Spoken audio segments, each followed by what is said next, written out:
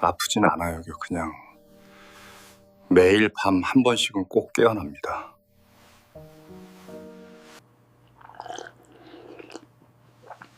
나이가 들면 다 그런 거라고 생각했죠. 이건 나이 때문이 아닙니다. 신장이 이미 많이 지쳐 있어서 네. 잠을 깨우는 겁니다. 그런데 저는요, 아직 몸은 괜찮다고만 믿고 있었습니다. 아주 익숙한 한순간을 떠올려 보시기 바랍니다. 저녁 식사를 마친 뒤 그때까지만 해도 몸은 특별히 이상이 없습니다. 아프지도 않고 뚜렷하게 피곤하지도 않습니다. 그런데 자정 무렵이나 새벽 가까운 시간에 문득 잠에서 깨어납니다. 어떤 날은 갈증 때문이기도 하고 어떤 날은 몸 안에서 아주 미묘한 불편함이 느껴지기도 합니다. 잠시 그대로 누워 있다가 이내 이렇게 생각합니다. 아, 그냥 나이가 들어서 그런가 보다. 그리고 다시 눈을 감고 잠을 이어갑니다. 많은 분들이 바로 거기서 멈춥니다. 하지만 제가 가장 걱정하는 것은 바로 나이 들어서 그런 거겠지 라는 생각입니다. 30년이 넘는 진료 경험 속에서 저는 너무나 많은 분들이 바로 이런 작은 신호에서 이야기를 시작하는 것을 보아왔습니다. 처음에는 잠이 깊지 않은 정도였습니다. 그 다음에는 아침에 일어나도 개운하지 않았고, 이후에는 다리가 조금씩 붓기 시작했고, 밤에 소변을 보러 가는 횟수가 늘었으며, 피부가 점점 더 건조해졌습니다. 그리고 결국 본인은 전혀 예상하지 못했던 신장 문제로 이어졌습니다. 신장은 크게 소리를 내며 아파오는 장기가 아닙니다. 심장처럼 갑자기 쥐어짜는 통증이 있는 것도 아니고 위장처럼 불편함이 뚜렷하게 느껴지는 것도 아닙니다. 신장은 조용히 일합니다. 마치 말없이 문을 지키는 문지기처럼 말입니다. 그래서 신장이 손상되기 시작해도 대부분의 사람들은 그것을 알아차리지 못합니다. 제가 아직도 또렷이 기억하는 한 70대 어르신이 계십니다. 체격은 마르고 인상은 온화했고 말씀도 아주 조용조용하셨습니다. 그분이 저를 찾아온 이유는 신장이 아파서가 아니었습니다. 몸이 늘 피곤하다는 것이 이유였습니다. 그분은 이렇게 말씀하셨습니다. 선생님, 저는 먹는 것도 단순하고 술도 안 마시고 담배도 안 합니다. 그런데 왜 몸이 점점 약해지는 걸까요? 식습관을 자세히 여쭤보니 아침마다 소화를 돕는다고 해서 식초를 물에 타서 한 잔씩 드신다고 했습니다. 지인에게 들은 이야기라며 건강에 좋다고 믿고 계셨습니다. 점심은 보통의 식사를 하셨고 저녁에는 속을 편하게 하려고 두부나 채소를 조금 더 드시기도 했습니다. 겉으로 들으면 모두 아주 건강해 보이는 식단이었습니다. 하지만 문제는 바로 그 건강해 보이는 것들이 잘못된 방식으로 함께 쓰였다는 데 있었습니다. 많은 분들이 식초가 몸에 좋다고 믿습니다. 맞습니다. 방법과 시점이 맞다면 그렇습니다. 그러나 식초는 산성이 강한 음식입니다. 몸속으로 들어오면 그 남은 산성을 처리하고 중화해야 하는 역할을 신장이 맡게 됩니다. 신장이 건강하다면 어느 정도는 감당할 수 있습니다. 하지만 고령자의 경우 이 기능은 이미 상당히 저하되어 있습니다. 위험한 것은 식초 그 자체가 아닙니다. 문제는 식초가 이미 신장이 처리하기 벅찬 음식들과 함께 섭취되는 경우입니다. 저는 환자분들께 아주 단순한 질문을 자주 드립니다. 식사하고 나면 몸이 더 가벼워지십니까? 아니면 더 피곤해지십니까? 대부분은 더 피곤하다고 답합니다. 하지만 그것을 경고 신호로 생각해 본 적은 없다고 합니다. 고령자의 신장은 수십 년을 쉬지 않고 돌아온 정수기와 같습니다. 갑자기 고장나는 것이 아니라 조금씩 마모됩니다. 그리고 음식의 조합이 맞지 않을 때마다 그 기계는 조금 더 무리해서 돌아가야 합니다. 아주 조금씩입니다. 하지만 그 일이 매일 반복됩니다. 사람들은 흔히 채소, 콩, 식초 같은 조합을 아주 좋다고 생각합니다. 들어보면 모두 깨끗한 음식들입니다. 그러나 이들이 한꺼번에 몸에 들어오면 생각보다 훨씬 큰 대사 부담을 신장에 주게 됩니다. 신장은 소변만 거르는 기관이 아닙니다. 미네랄을 조절하고 산과 알칼리의 균형을 맞추며 혈액이 안정된 상태를 유지하도록 돕습니다. 몸속 환경이 지나치게 산성으로 기울어지면 신장은 그것을 중화하기 위해 뼈와 조직에서 미네랄을 끌어다 써야 합니다. 이 과정은 조용히 진행됩니다. 당장 통증을 만들지 않습니다. 하지만 그 결과는 하루하루 쌓여갑니다. 어떤 분은 이렇게 말합니다. 저는 정말 담백하게 먹습니다. 하지만 담백하다는 것이 반드시 몸에 맞는다는 뜻은 아닙니다. 물을 많이 마신다고 해서 항상 신장에 좋은 것이 아닌 것과 같습니다. 시점이 틀리면 오히려 부담이 됩니다. 제가 가장 안타깝게 느끼는 점은 많은 고령자분들이 식사에 매우 성실하고 규칙적이지만 잘못 이해된 민간요법에 의존하고 있다는 사실입니다. 고기를 피하고 짠 음식을 피하고 여러 가지를 조심하지만 정작 신장을 2배로 일하게 만드는 조합을 무심코 반복하고 계십니다. 제가 이 이야기를 드리는 이유는 두려움을 주기 위해서가 아닙니다. 이 나이의 몸은 극단이 아니라 섬세함을 필요로 한다는 것을 알아주셨으면 해서입니다. 신장이 피로해지기 시작할 때 가장 먼저 나타나는 신호는 소변이 아니라 수면입니다. 잠이 얕아지고 쉽게 깨며 몸이 제대로 쉬지 못합니다. 그 다음이 피부의 건조함과 가벼운 가려움, 특히 밤에 심해집니다. 그 후에야 야간요, 가벼운 부종, 지속되는 무기력이 이어집니다. 많은 분들이 이 초기 단계를 놓칩니다. 나이 들어서 그렇다고 생각하기 때문입니다. 하지만 일찍 이해하고 조정하면 신장은 생각보다 훨씬 더 잘 회복할 수 있습니다. 이 부분에서 제가 꼭 한 가지만 기억해 주셨으면 합니다. 좋다고 알려진 음식이 모든 상황에서 좋은 것은 아닙니다. 그리고 익숙한 식사 조합이 고령자의 신장에는 무해하지 않을 수도 있습니다. 다음 부분에서는 많은 분들이 매일같이 사용하면서 몸에 좋다고 믿고 있는 아주 흔한 음식 조합들에 대해 구체적으로 말씀드리겠습니다. 겉으로는 건강을 돕는 것처럼 보이지만 실제로는 신장을 조금씩 약하게 만들고 있는 조합들입니다. 어쩌면 여러분은 그것을 수년 동안 드셔오면서도 전혀 알지 못했을지도 모릅니다. 앞선 부분에서 저는 여러분이 매일의 식사 속에서 아주 익숙한 것들을 다시 한번 돌아보시길 바랐습니다. 이제는 조금 더 깊이 들어가 보려 합니다. 누군가를 탓하려는 것이 아닙니다. 겉으로 보기에는 해가 없어 보이는 습관들이 왜 오랜 시간 동안 고령자의 신장을 묵묵히 버티게 만드는지 그 이유를 이해하시길 바라기 때문입니다. 저는 먼저 아주 많은 분들이 몸을 정화해 준다고 믿고 있는 한 가지 조합부터 말씀드리겠습니다. 식초와 콩으로 만든 음식들입니다. 두부, 콩, 두유 같은 음식은 오래전부터 몸에 좋고 속이 편하며 소화가 잘 되는 음식으로 알려져 왔습니다. 젊은 사람에게는 대체로 맞는 이야기입니다. 하지만 예순을 넘긴 분들에게는 이야기가 달라집니다. 콩에는 식물성 단백질과 칼륨, 인 같은 미네랄이 많이 들어 있습니다. 이 성분들이 몸에 들어오면 그 남은 부분을 처리하고 배출하는 역할을 신장이 맡게 됩니다. 식초는 앞서 말씀드린 것처럼 산성이 강한 음식입니다.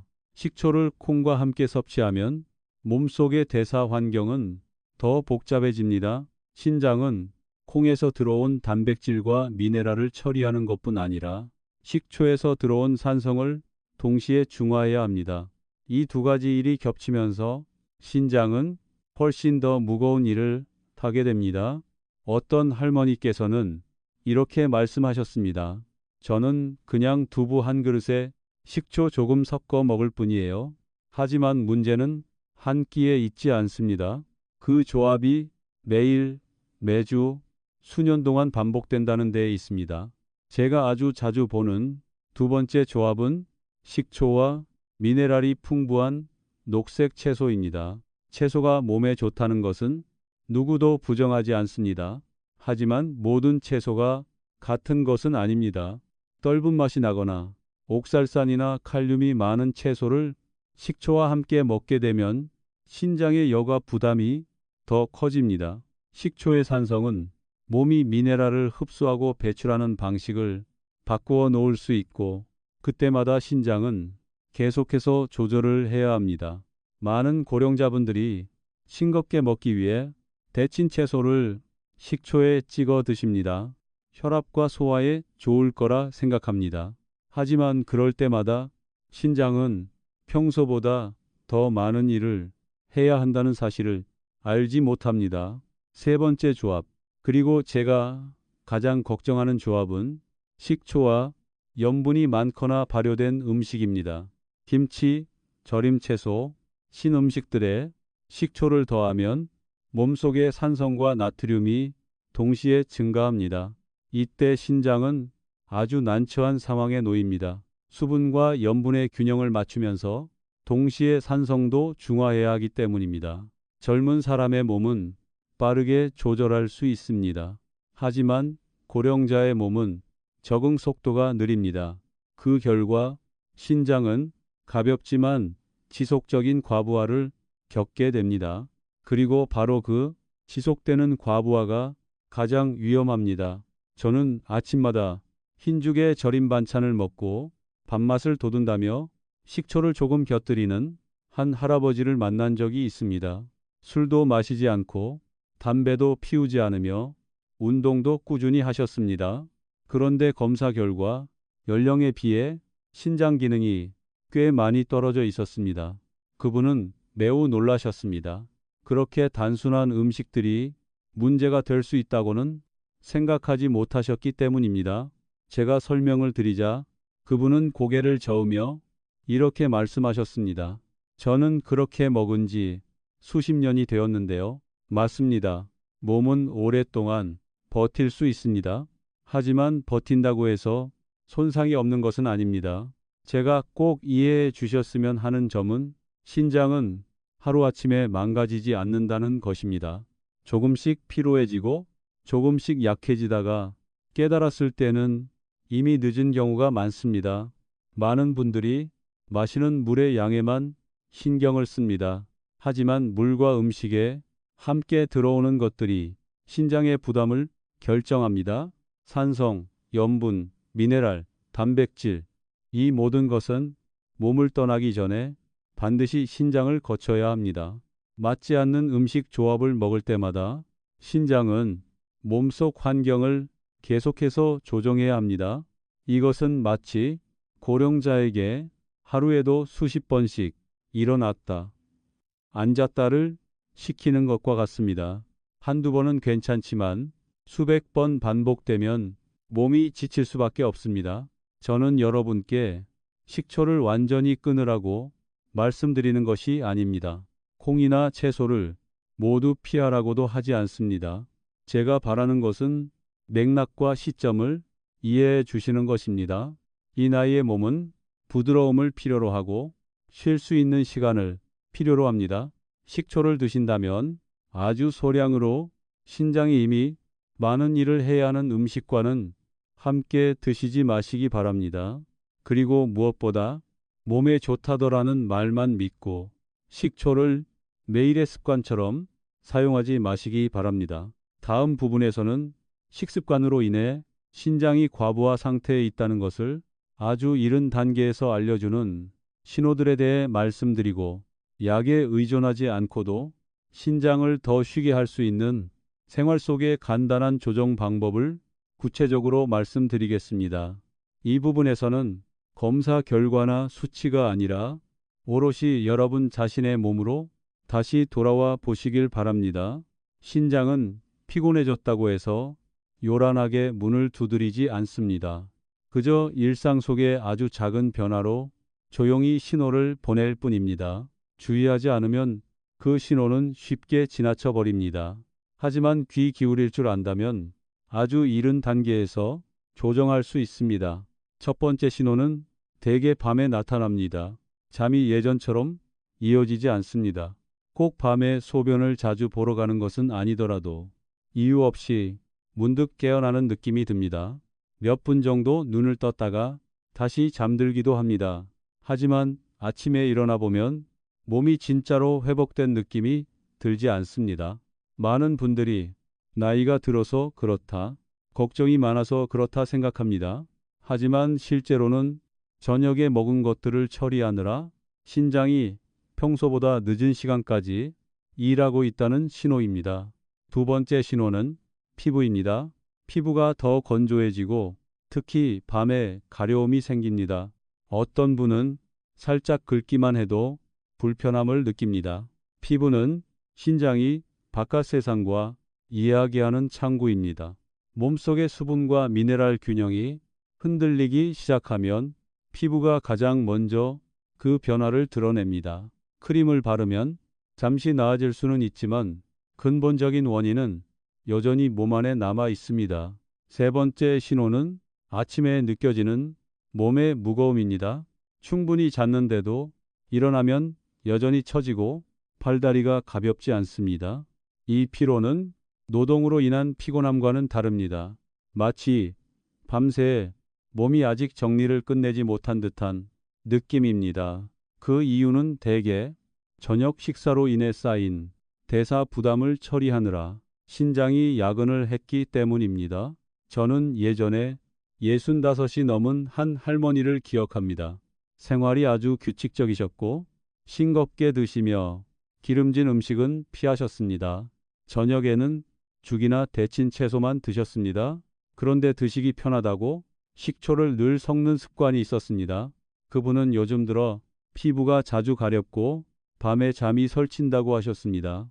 자세히 여쭤보니 문제는 매일같이 반복되는 그 조합이었습니다. 어떤 음식이 나쁜 것이 아니라 조합과 시간의 문제였습니다. 고령자의 몸은 저녁에 할 일이 많은 식사를 좋아하지 않습니다. 들어오는 요소 하나하나가 신장의 조절을 요구합니다. 저녁에 산성을 만들기 쉬운 음식, 미네랄이 많은 음식 또는 짠 음식을 먹으면 신장은 잠자리에 들기 전까지 쉴 틈이 없습니다. 그리고 신장이 쉬지 못하면 잠도 온전히 깊어질 수 없습니다.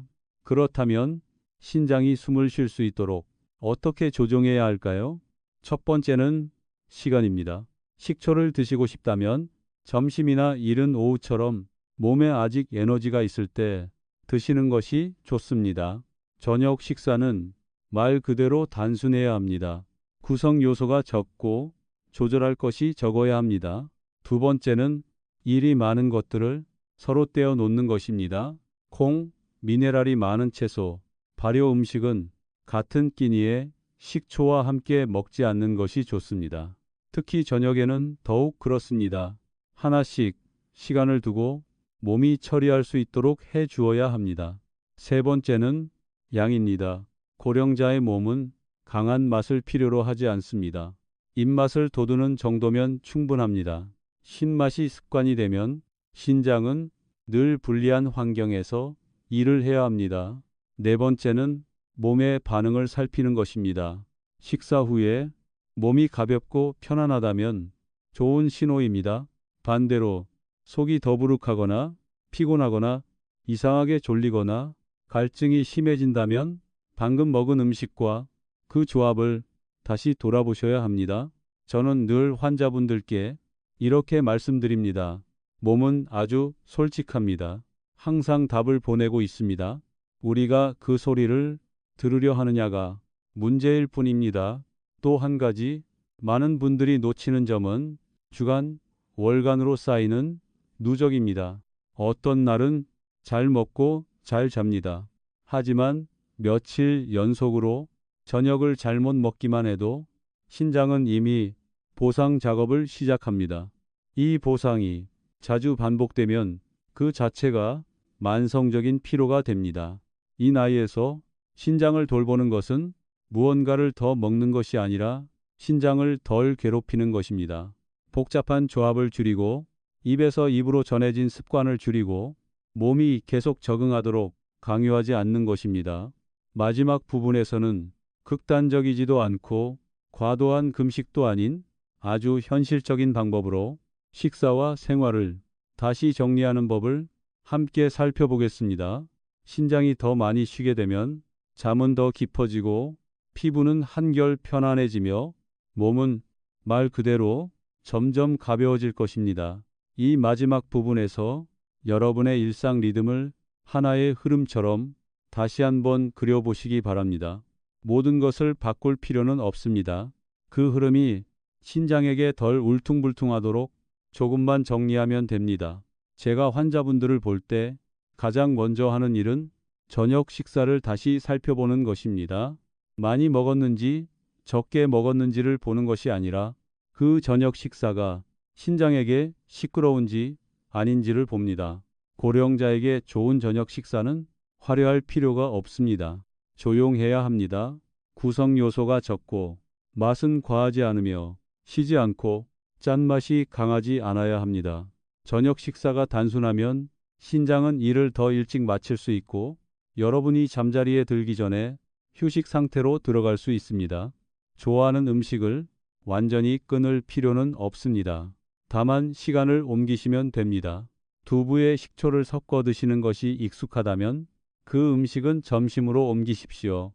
채소를 식초에 찍어 드시고 싶다면 아주 소량만 사용하고 저녁에는 피하시기 바랍니다. 시간을 조금만 바꾸는 것만으로도 극단적인 절제보다 더 큰 효과를 가져오는 경우가 많습니다. 두 번째는 하루의 식사 리듬입니다. 많은 고령자분들이 아침은 아주 적게, 점심은 보통으로, 저녁은 밤에 배고플까봐 오히려 더 많이 드십니다. 이 방식은 신장이 가장 일을 하고 싶지 않은 시간에 부담을 넘겨주는 결과를 낳습니다. 점심을 하루의 중심 식사로 두십시오. 저녁은 하루를 부드럽게 마무리하는 가벼운 식사가 되어야 합니다. 세 번째는 물 섭취입니다. 많이 마시는 것이 중요한 것이 아니라 언제 마시는지가 중요합니다. 낮 동안에는 조금씩 나누어 드셔도 괜찮습니다. 하지만 저녁, 특히 식사 후에는 억지로 물을 보충하려 하지 마십시오. 신장이 이미 휴식 모드로 전환되기 시작한 상태에서 물을 더 넣으면 신장은 다시 깨어나 일을 해야 합니다. 네 번째는 식사 후의 느낌입니다. 이것이 가장 솔직한 검사입니다. 저녁 식사 후에 몸이 가볍고 편안하며 자연스럽게 졸음이 온다면 그 식사는 잘 맞은 것입니다. 반대로 속이 더부룩하거나 갈증이 심해지거나 불안하거나 밤에 자주 깬다면 무엇을 먹었는지 어떻게 조합했는지를 다시 살펴보셔야 합니다. 저는 70이 넘은 한 할아버지를 3가지만 조정하며 지켜본 적이 있습니다. 신음식은 점심으로 옮기고 저녁에 소금 섭취를 줄이며 저녁 식사 시간을 약 1시간 앞당겼을 뿐입니다. 약도 없었고 건강 보조식품도 없었습니다. 몇 주가 지나자 그분은 잠을 더 깊이 주무시게 되었고 피부는 덜 건조해졌으며 아침의 피로감도 눈에 띄게 줄어들었습니다. 이 변화는 기적에서 온 것이 아니라 신장이 제때 쉬었기 때문에 나타난 결과였습니다. 또 하나 중요한 점은 막연한 조언을 너무 믿지 말라는 것입니다. 누구에게 좋다는 말이 반드시 여러분에게도 좋은 것은 아닙니다.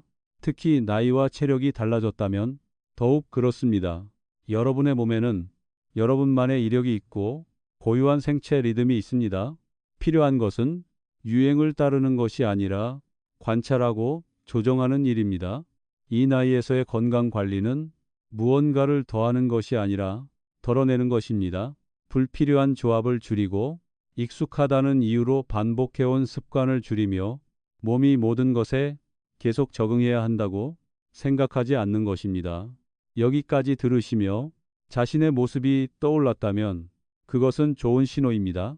아직 조정할 수 있는 단계에 계시다는 뜻이기 때문입니다. 신장은 휴식의 시간을 아주 고맙게 여깁니다. 쉬게 해주면 더 깊은 잠으로, 더 가벼운 몸으로, 더 안정된 마음으로 응답해 줍니다.